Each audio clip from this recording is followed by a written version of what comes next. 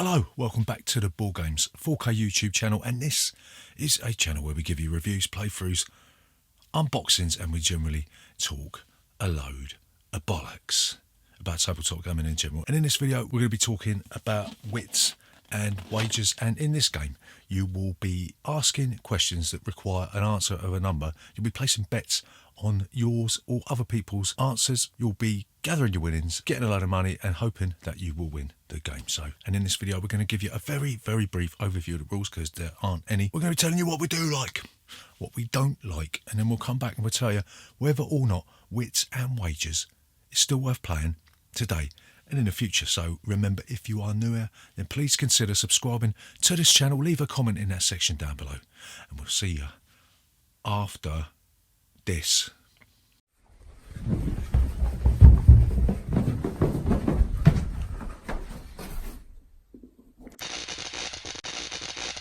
Boardgames 4K. So, Wits and Wagers.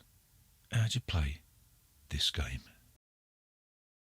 The first thing you'll do is you will draw one of these question cards and you'll ask a question. Questions are quite varied. They all require an answer that is a number, right? So some of the questions that you might come across, how many miles long is the main wall of the Great Wall of China, excluding all of its secondary branches, right? You might have another question that says, in 2006, what percentage of US households subscribed to basic cable? Or you might have, Jupiter is the largest planet in our solar system.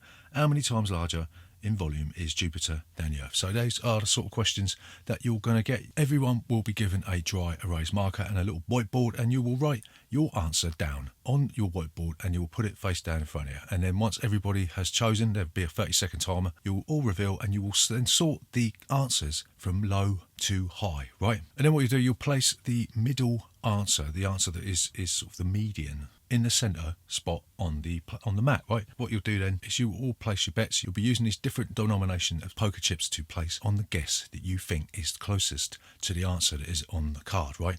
And you can bet on your own answer if you want to. So you'll be placing all your poker chips, which are worth a certain amount of dosh, right, on the answer that you want.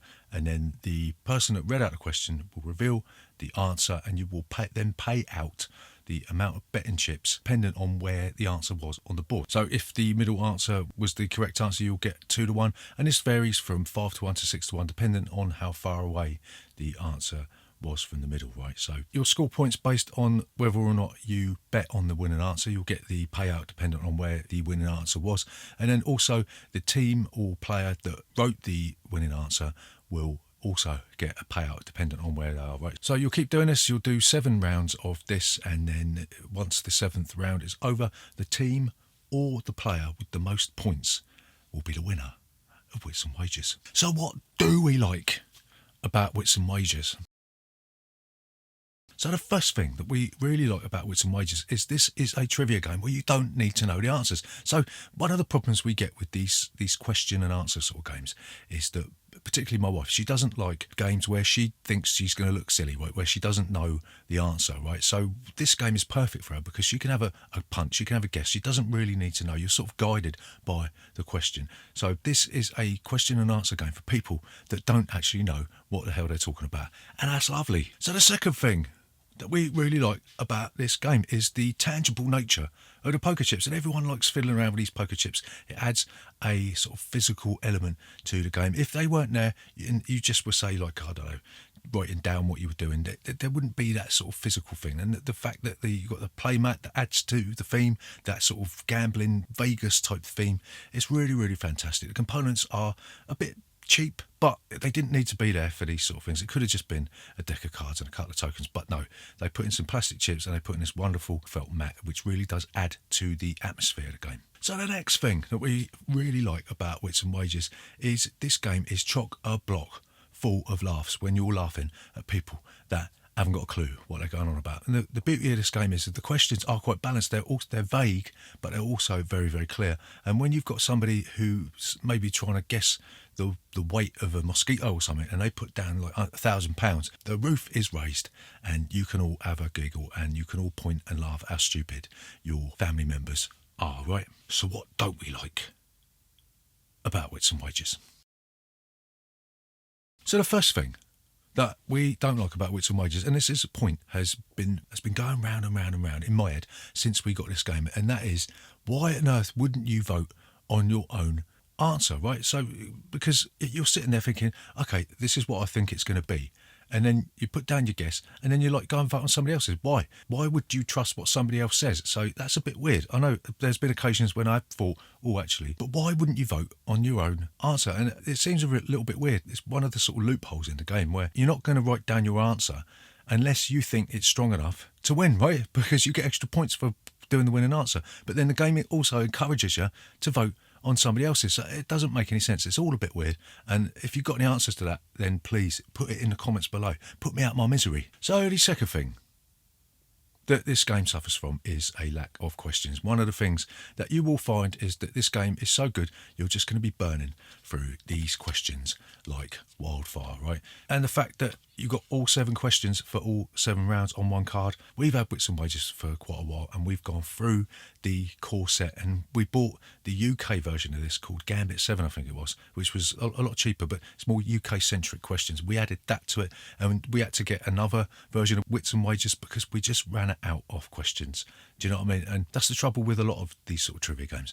Once you've burnt through the deck of cards that's in the core set, you're going to have to either try and find an expansion or find another game that is similar to this, and that's a bit of a bummer, right? So the third thing that we don't like about Wits and Wagers is it says on the box it goes up to 20 players, and when you're looking at it, you're thinking, bloody hell, 20 players, wow, we could have a party with this. No, it goes up to 7 players single. They're talking about teams, and that's a bit misleading. That's not fair, right? It doesn't say on the box that there's components for 20 players, and we're not naive. We knew what we were getting into, but this is a sort of a Walmart sort of high street type of game that you're going to find in maybe Tesco's or so, or maybe not Tesco's. You're going to find this on the high street, and when people look at this, you've got the average high street zombie that's going to be going around town going, oh look, 20 players, that'll be good for my crystal meth sesh. But no, it doesn't play up to 20 players. It plays up to more. It plays more than that. I've seen the Dice Tower videos where they've been playing with like 10 billion people on a yacht on a cruise around the Caribbean, right? But out of the box, this plays up to 7, and you've got to be aware of that, haven't you? So the final thing that we don't like about Wits and Wagers is something that is akin to a lot of these sort of gambling games, especially poker. You've got the problem that someone may just think, well, I don't know the answer, I'm going to bung all my money on this, and it's the 6-to-1 payout, and hurrah, it's the one that wins, and they gather all the money, and then they've got more money to bet on the next round, and everyone else has got nothing, right? So that's one of the big problems. We played this a little while ago, and it was a case of like all in,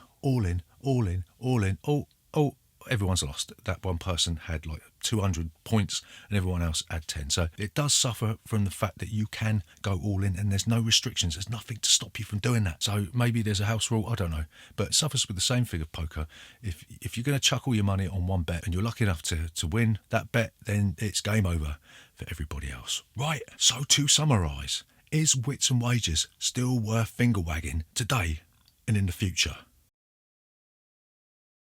And we are going to say yes. Yes, Wits and Wagers is without doubt one of the most innovative